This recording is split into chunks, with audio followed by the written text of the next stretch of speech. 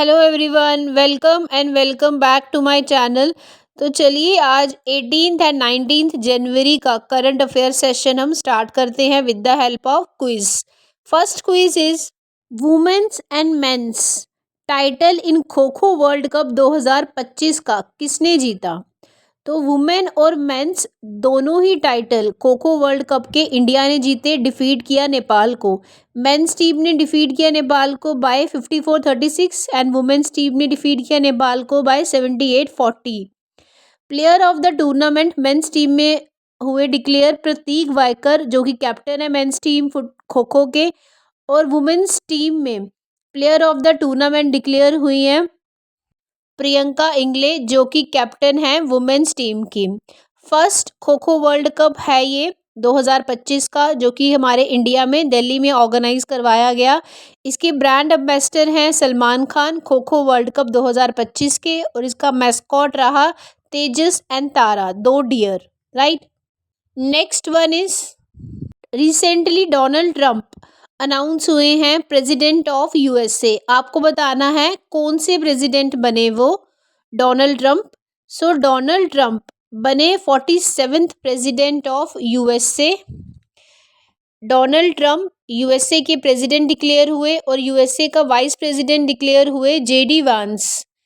और Donald Trump इसी के साथ 47th प्रेसिडेंट बनते हैं यूएसए के। इससे पहले 46 प्रेसिडेंट थे जॉय बिडेन, और उनसे भी पहले 45th प्रेसिडेंट थे डोनाल्ड ट्रंप। सो डोनाल्ड ट्रंप 2 बार प्रेसिडेंट रह चुके हैं यूएसए के, 45th and now 47th president of USA. ये सेरेमनी वॉशिंगटन डीसी में ऑर्गेनाइज करवाई गई।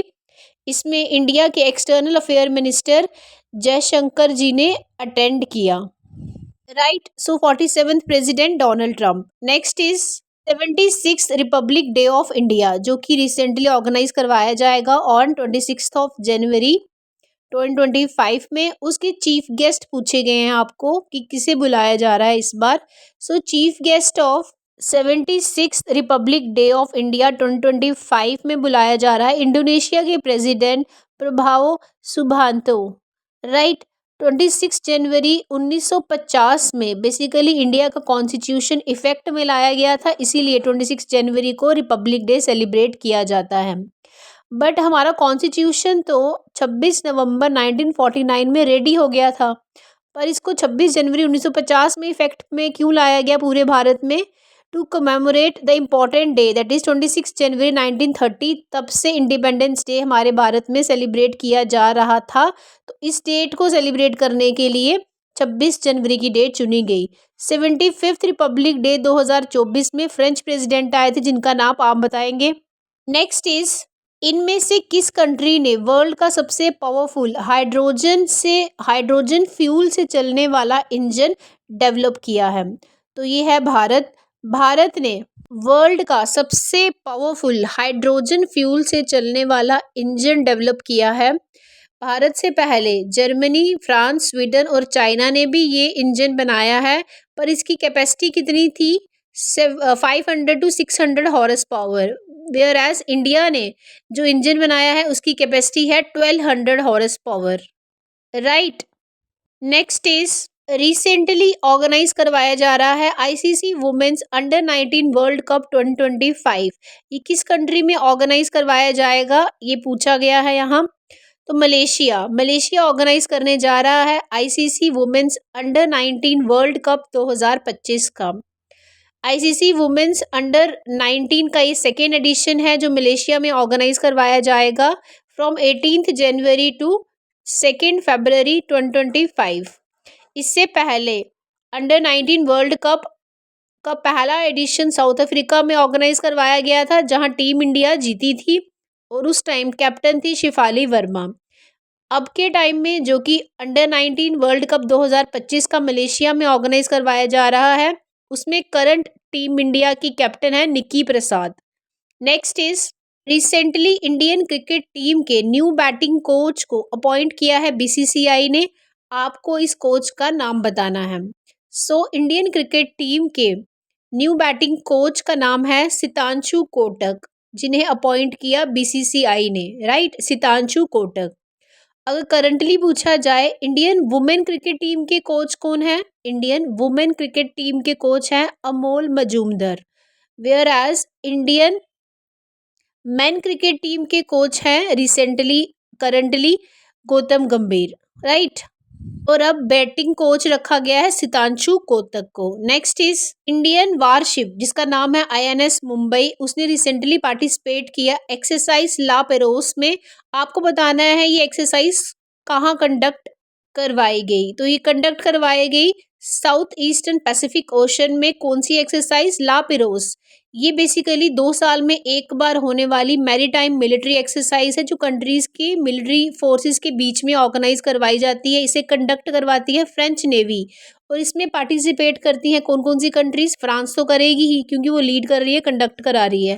France, India, US, Australia, Canada, UK, Malaysia and Indonesia and Singapore. La Perouse military exercise को start किया गया था 2023 में, तो अब 2 साल बाद 2025 में ऑर्गेनाइज करवाई जा रही है ये exercise, right. Next is exercise devil strike 2025 की कौन ऑर्गेनाइज करवा रहा है या किन दो फोर्सेस के बीच में ऑर्गेनाइज हो रही है?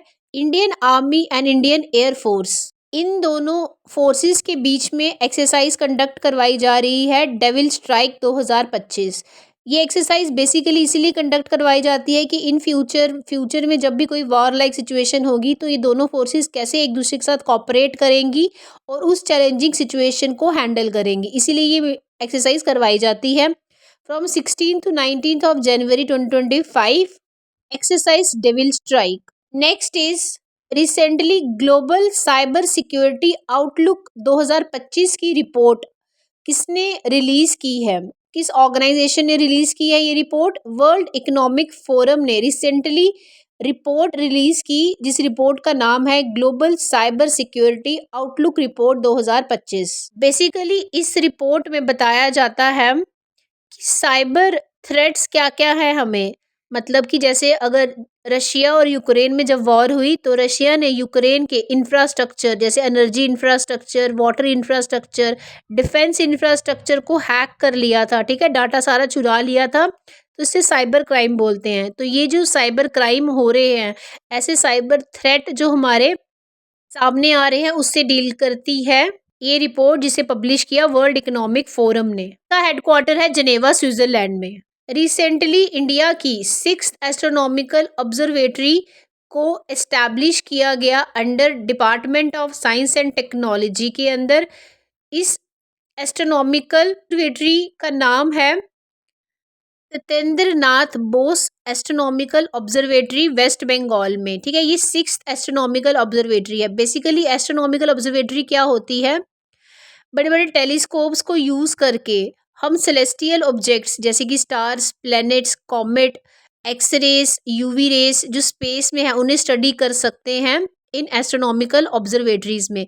तो 6th astronomical observatory West Bengal में इस्टेब्लिश की गई। इससे पहले 5 हैं, इनके नाम है लद्दाख में, नैनीताल उत्तराखंड में, माउंट आबू राजस्थान में, गिरवानी हिल्स पुणे में, कवलार तमिलनाडु में, right.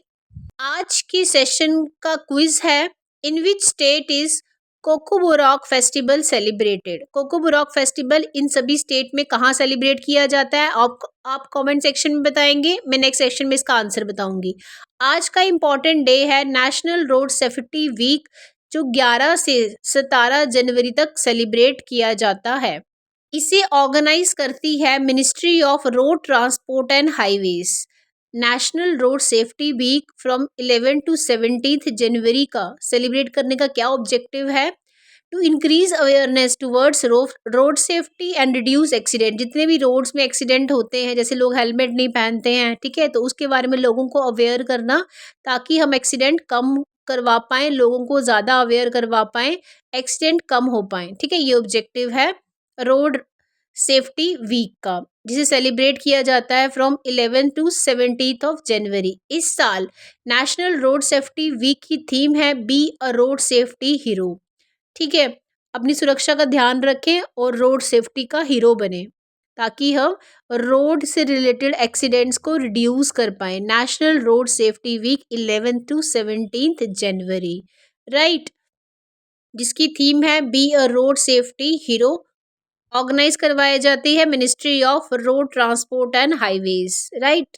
National road safety week, national road safety week 11 to 17 January. Theme be a road safety hero 2025 की। लास्ट सेशन में ये क्विज पूछा था मैंने आपको कि parliament power function and privileges, एक इस बुक के ऑथर कौन है। तो इस बुक के ऑथर हैं डॉक्टर के.एस. चौहान। इस बुक में बेसिकली बताया गया है जो हमारी पार्लियामेंट है, जो हमारा संविधान सभा है, तो पार्लियामेंट की क्या पावर्स हैं, क्या फंक्शंस, कैसे काम करती है पार्लियामेंट, क्या क्या प्रिविलेजेस मिलते हैं पार्लियामेंट में, तो ये सब बताया गया है इस बुक में, parliament power function and privileges, जिसके ऑथर हैं डॉक्टर के.एस. चौहान, राइट। तो आज के सेशन में इतना ही। अब हम मिलेंगे अपने नेक्स्ट सेशन में। अगर आपके लिए ये सेशन हेल्पफुल था तो kindly like and subscribe to my channel. Thanks for watching.